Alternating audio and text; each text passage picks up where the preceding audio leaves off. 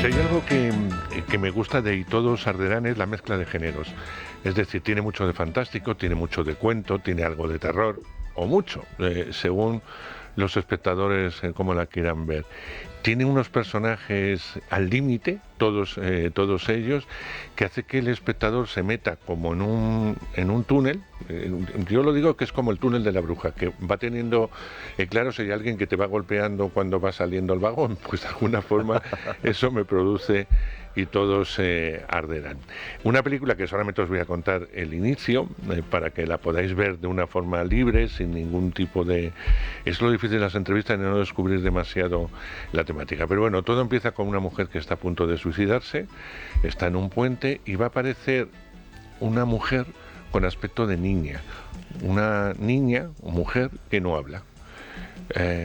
Y que va a tener toda la atención de la protagonista, que decide arroparla, llevarla a su casa, y a partir de aquí, cuando llega a un pueblo maldito, por decirlo de alguna forma, porque han pasado cosas y van a pasar muchas cosas, se desarrolla lo más terrible que os podéis imaginar y le va a pasar a todos los personajes que van a intervenir en la acción.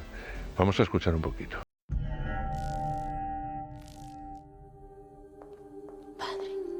Esta mañana he pensado en quitarme la vida. Hay pocos pecados que el Señor no perdone en su infinita misericordia. Eso no es todo, padre.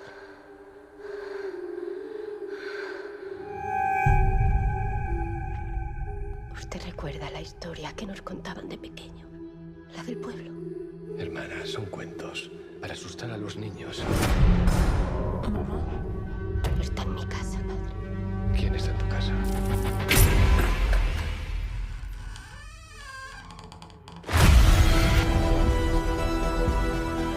Bueno, tengo al lado a uno de los protas que yo le digo, no sé cómo definir el personaje, si es bueno, si es malo. Bueno, bueno no es, pero tan malo tampoco, también tiene sus motivos. Bueno, ahora lo vamos a desarrollar. Rodolfo Sancho, es un placer verte. Como siempre, Andrés. Hacía tiempo que no te veía. Sí, hace un tiempo ya. Y me alegra mucho porque yo sé que a partir de ahora te voy a ver cada 2-3 meses por los trabajos que tienes. La verdad que sí, estamos ahí con varios estrenos cosas pendientes. Eso es importante. Hombre. Bueno, ahora llega el estreno, esta misma semana llega a toda España Y todos arderán. Yo te decía a micrófono cerrado que era un personaje que me molesta, pero como me molesta tanto, al mismo tiempo quiero saber mucho de ese personaje. Claro. Vamos a decir que eso sí se puede contar, que es el ex del personaje de Macarena, un hombre que va a aparecer de nuevo en el pueblo, aparentemente para ayudar, etcétera.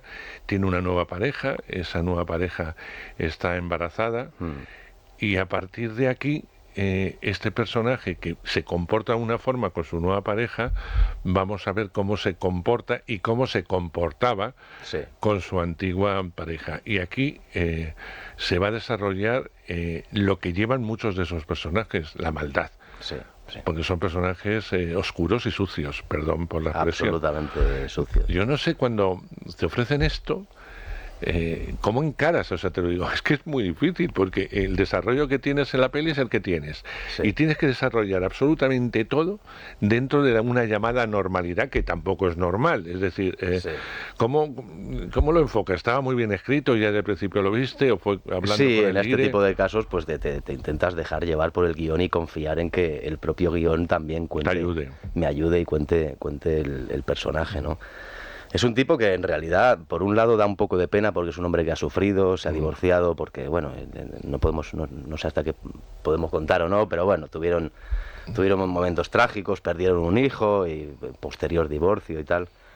Y es un tipo que a mí, yo cuando me llega el guión, tengo el problema ese a veces como actor de que cuando me cae mal el personaje, que es el caso, me cuesta decidirme porque sé que vas a sufrir interpretándolo, ¿no? Y es un tipo, como decíamos antes, que en el fondo, o sea, a pesar de llevar esa careta de buena persona, de persona cristiana, etcétera, etcétera, es un verdadero hipócrita, porque él sabe que no es esa persona que intenta aparentar ser. Esto, por otra parte, te caiga bien o te caiga mal el personaje, es muy rico de interpretar, porque esa gente que lleva, digamos, un subtexto de su vida por dentro, si consigues que eso el espectador lo aprecie, pues es muy rico, ¿no? Y es un tipo, ya te digo, que es un cristiano, pero que luego todo vale, ¿no? Todo lo curo por la noche rezando, haga lo que haga. Entonces ese tipo de persona, pues sí, puede ser complicada. Mirar hacia otro lado, porque este personaje siempre mira hacia otro lado, ¿no? Absolutamente, yo siempre lo decía, es un tipo que no quiere encarar los problemas, es alguien muy pusilánime en ese sentido, ¿no? Y con falta de carácter, a pesar de intentar aparentar todo lo otro. Y la verdad, Andrés, me alegra mucho que hayas visto eso en la película, porque como tú dices, el desarrollo... es el que tienes. Es el que tengo, no tenía más donde expresar el personaje, ¿no? Pero tiene esa cosa que decimos de tipo despreciable. Pero era fundamental. Es un personaje fundamental. Es curioso cómo a veces, sin que aparezcas en todas las secuencias de la película, como es el caso prácticamente de Macarena, sí, los personajes tienen un desarrollo que resultan fundamentales en la historia que se está contando. Entras en un momento de duda del personaje, sí, de Macarena, y sales prácticamente en un momento de explosión que ni tú mismo ya puedes controlar por tus propios actos y por los actos que va a cometer esta mujer. Sí. Y ese desarrollo lo tienes que hacer. Totalmente. Y te va conduciendo el propio personaje, tu propia historia, me refiero a la historia de la persona que interpretas. Sí. Y además no hay que apartarse, porque quizás sea el personaje más real de la historia. Es decir, van a ocurrir cosas, vamos a llamarle paranormales o fantásticas, sí, etcétera, porque entra dentro de las leyendas urbanas esta historia. Sí. Pero tu personaje no puede entrar en esa leyenda, porque independientemente de todo es un ser racional. Absolutamente. Que no quiere mojarse, es otra historia, pero es racional. Es decir, encaja en eso y si hubiera sido una historia dramática, sin más. Perfectamente, podía ser la historia de él, pero podía ser una tragedia. Exacto. Perfectamente. Y eso es muy bonito también, ¿no? Cuando un personaje... eso siempre se dice que funciona muy bien, ¿no? Un personaje normal en un entorno fantástico, en un entorno muy extraño, ¿no? Y es lo que tiene este personaje. Como dices, yo creo que es el personaje más humano. Humano no con la connotación de buena persona, no, pero bueno, es humano. Es decir, un ser humano desgraciadamente, que ha sufrido y que... Exacto, es que hay malas personas en el mundo. Exacto, las hay, efectivamente. No es la primera que te tocan los malos a ti. No, últimamente me tocan bastante, la verdad, y estoy encantado porque en realidad es muy rico y están llenos de aristas y de complejidades y son divertidos de interpretar, la verdad. Yo creo que eso es una opción estupenda, ¿no, Rodolfo? Que te vean en todo tipo de personajes. Hombre, eso es que... Y que pueda ser el héroe en un momento dado, que pueda ser protagonista y el bueno, entre comillas. Sí, claro. Y evidentemente el malo, a veces sin ningún tipo de redención. No es este caso, pero sin ningún tipo de redención. Sí, claro. O sea, que te vean y que te lo ofrezcan, a mí me parece estupendo. A mí me parece fantástico. Yo no sé si tiene que ver con la edad, que se me está poniendo cara de cabrón o algo.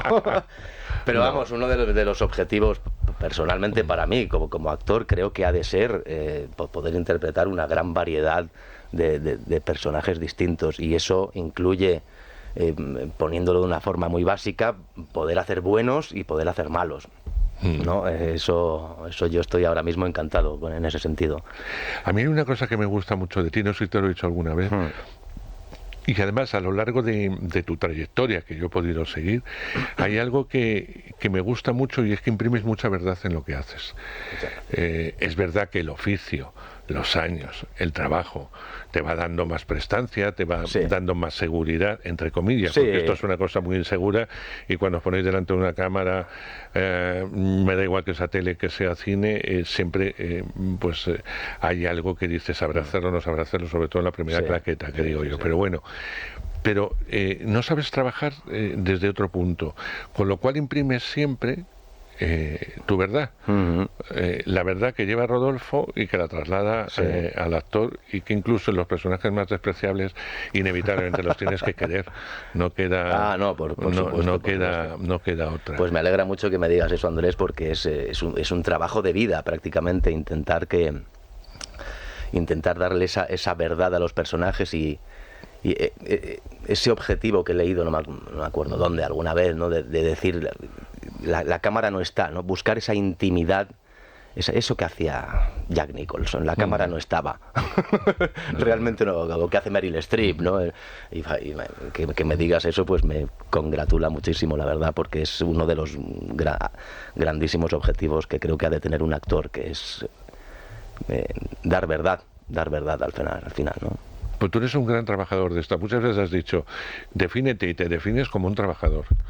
Como un trabajador de esto, de emociones, de sentimientos, y de saber canalizarlos para contárselas al espectador. Quizá a un espectador. No lo mides por cientos ni miles, sino a un espectador.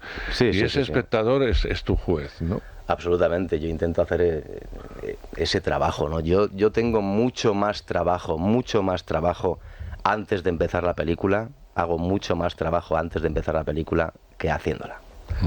Eso es lo que a mí personalmente, hace poco leía una entrevista de Anthony Hopkins que decía eso, saberte tan bien el texto que luego puede entrar a jugar el subconsciente, ¿no? O sea, te lo sabes tan bien que puedo soltar amarras completamente, y para mí personalmente es lo que me da la seguridad y la tranquilidad, es que me lo sé tan bien que puedo zambullirme en la escena y hacer ese ejercicio de intentar olvidarse de todo, de la cámara, y mirar al otro actor y estar en una intimidad, en una intimidad real, ¿no?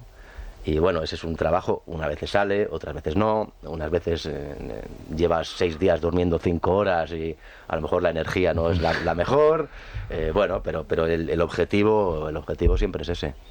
Yo creo que es un actor muy honesto. Esta es una profesión en la que la honestidad es fundamental, con lo que te enfrentas. A la hora de decir que sí a un proyecto, o lo haces con honestidad o esto es imposible. Absolutamente. No te digo que no haya una parte de técnica y una parte de mecánica, pero hay que ser honesto cuando se dice sí al personaje X, y a partir de ahí se desarrolla. Absolutamente. Y en cuanto a la técnica, hay que intentar saber toda la técnica para olvidarse de ella. De ella. Claro. De ella. Yo como actor he vivido muchos procesos y me acuerdo de más joven estar preocupado de si me daba la luz o no sé qué. Ahora ya yo llego a un plató y sé dónde están las cosas, claro. Y puedo, con lo cual, dejar de preocuparme de ello, ¿no? Mira, te cuento una anécdota de esta, mírate. Te va a hacer gracia esto, Andrés. Mira, estaba haciendo una película, yo venía de hacer, una serie diaria y tal, y es ese vicio que hemos cogido los actores de una generación, ¿no? De creer que tenemos que andar preocupándonos de la técnica. Y yo hice una película con Mario Camus, que se llamaba El Prado de las Estrellas. Exacto. Que el director de fotografía era Hansi Burman, ¿vale? Estamos hablando de Mario Camus y de Burman. Y de Burman, ¿vale? Dos de los grandes. Y me están situando en la escena, no sé qué. Te va a hacer gracia esto. Y se me ocurre decir, Hansi, ¿tú quieres que esa luz me dé o no? No sé. Se giran Mario y Hansi, me miran así con ojos y me hace Mario como, ven aquí que te voy a explicar una cosa.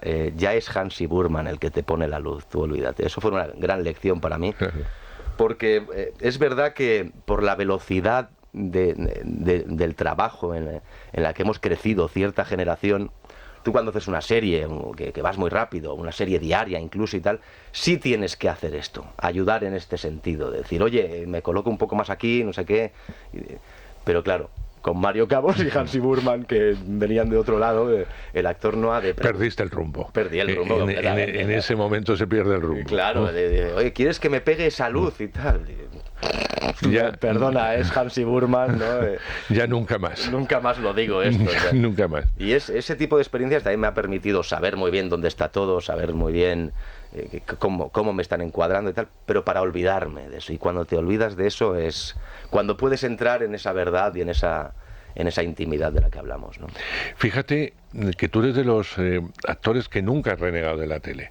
No. Empezaste en tele, te hiciste popular en tele, sí. Enseguida abandonaste esa línea, que lo difícil era abandonarla para irte por un camino más fácil, y dijiste, no, hasta aquí. Y a partir de aquí hay que empezar otra etapa, pero nunca he renegado de ella. No. Una tele que se hacía muy distinta a la que hoy todos quieren participar en las plataformas y en series con mucho presupuesto, con mucho más dinero y sobre todo con una mayor calidad en cuanto a guiones, planteamiento, directores, etcétera, como bien sabes. El género y todo. Exacto. Sí. Tú has circulado por todo eso y nunca has renegado de nada de eso, porque siempre has dicho, ha sido una escuela. A lo mejor sin eso no hubiera llegado a hacer Sequía, por poner tanto un ejemplo, que es una serie y es una serie magnífica. Sí, absolutamente. Sí, yo nunca he renegado en ese sentido, pero porque para mí hay una base que es el personaje. Yo he tenido la suerte de hacer también, hay que decirlo, en televisión muy bonitos personajes, como Fernando el Católico o El Ministerio del Tiempo, series muy especiales también. Y me ha pasado de tener que elegir a lo mejor entre una película y una serie y decir, ¿qué hago? Esta película que el personaje no está mal, o hago Fernando el Católico. Claro. Y digo, coño, pues entonces ahí empiezas a entender que es mejor centrarse en el personaje, cosa que no quita que yo amo el cine. Amo el cine y te gusta. Y me gusta y disfruto muchísimo de ello y tal, pero creo que darle prioridad al personaje, en mi opinión, es lo que puede llevarte a cosas buenas, ¿no? ¿Está siendo bueno lo que está pasando con las plataformas y con las series españolas? ¿Cómo lo ves? Sí, la verdad que sí. Sí, en el sentido de lo que hablábamos antes, ¿no? Se ha abierto el abanico de poder hacer cosas distintas, ¿no? Hace X años la televisión estaba bastante limitada en cuanto a género. Ahora se está siendo más valiente en cierta forma y, como siempre, Andrés, unas cosas salen bien, otras no tan bien, unas son más, se les ve la cara comercialona y punto, y otras no, otras intentar ser serias, ¿no? Lógicamente. Y ahora, una vez más, post-pandemia, ¿no? Habíamos, esto como, yo digo que es como con Nadal, siempre le enterramos antes de tiempo, ¿no? Sí. Pero tú lo sabes perfectamente porque lo has vivido en toda tu vida. ¿Cuántas veces han intentado enterrar al cine? Bueno. ¿No?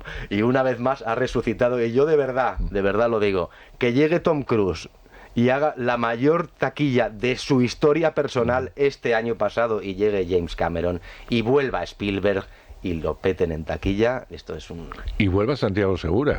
Por supuesto, y vuelva Santiago Seguro. Por eso te digo, que no solamente nos tenemos que ir a esto. No, por supuesto. Que también Santiago ha hecho taquillones. Hombre, desde luego que sí. Bueno, y mira Asbestas también. También, no Asbestas. Y esto es satisfactorio, es como... ¿no? Es volver. Ese cine malherido, pero que resurge de sus cenizas una vez más, ¿no? ¿Sabes? Sí, Eso me parece es un poco como el teatro, que siempre muere y nunca está tan bien como está ahora, ¿no? Exactamente. Yo creo, y soy de los románticos, que pienso que la sala oscura da algo que no da la tele, sobre todo la tele da interrupción y no la ves con la luz adecuada. No, estoy completamente... No te digo ya lo que lo ven en móviles o en tablets. Bueno, eso ya a mí personalmente no me parece a mí bien. Ya no me pilla en edad, no, claro. Yo soy incapaz de ver cualquier cosa en una tablet porque es que no la veo, pero ya en un móvil ni te cuento. Claro. Pero bueno, la tele da igual, en un momento dado te puede sonar el móvil, te mandan un mensaje y dices no lo abro, lo abro. Cenas entre medias de un capítulo. Tú tienes familia, te pueden molestar en cualquier momento. Es decir, no te requiere la misma atención que requiere una película. El acto de ir al cine, yo siempre digo que es como un acto milagroso, como ir a la iglesia. Uno se sienta y estás solo, aunque vayas acompañado. La historia, cuando se oscurece la sala y se proyecta en una pantalla, esa historia te la están contando a ti. Absolutamente. Y eres tú el que se introduce. Y a la vez es una experiencia colectiva, ¿no? Porque, por ejemplo, en el terror se nota mucho. Mucho. De repente estás en la sala y de repente grita uno o una. El golpe.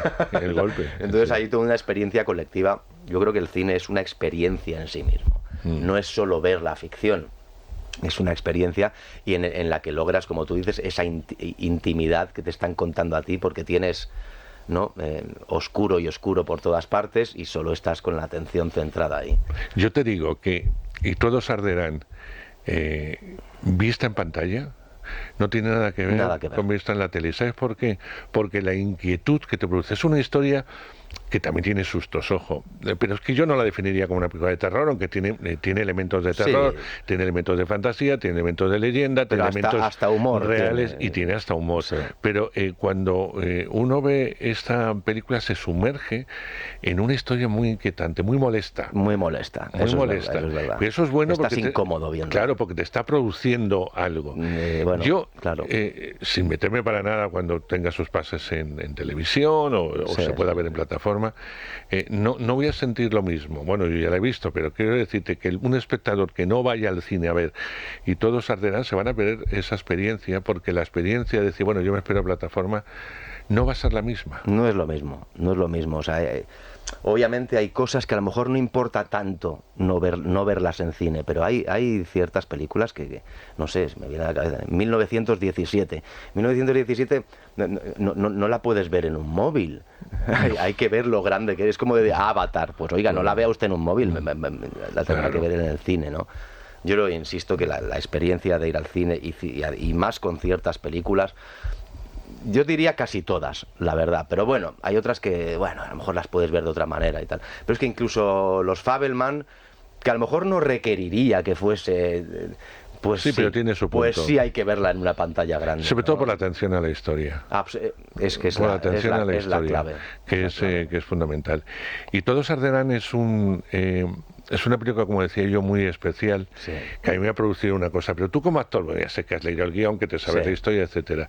Cuando la ves por primera vez, independientemente de juzgarte, que ya sé que os juzgáis y siempre decís que horror, me cogió esta toma, si yo creo que hice esta que estaba mejor, etcétera, etcétera, esas dudas que os entran siempre cuando veis la peli.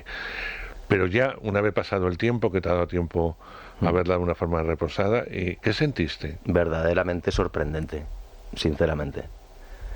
Y bueno, esto a lo mejor son prejuicios o no, que uno piensa y digo, bueno, vamos a ver, estamos hablando de David de Brero y Javier Quirán, tenían 26 y 27 años cuando rodamos. O sea, muy jóvenes. Entonces, claro, no es un prejuicio, pero sí dices, bueno, a lo mejor saben menos que Enrique Urbizu, por ponerte un ejemplo, ¿no? Claro. Entonces, y ha sido absolutamente sorprendente ver pero yo siempre digo que es muy distinto leer un guión que ver una película, es muy distinto, por eso hay que saber leer guiones, que no es fácil. Yo cada vez me parece más complejo, incluso en cierta forma y tal. Y además verla eso, en la primera vez que la vi en Sitges, en pantalla grande y tal, ver cómo han...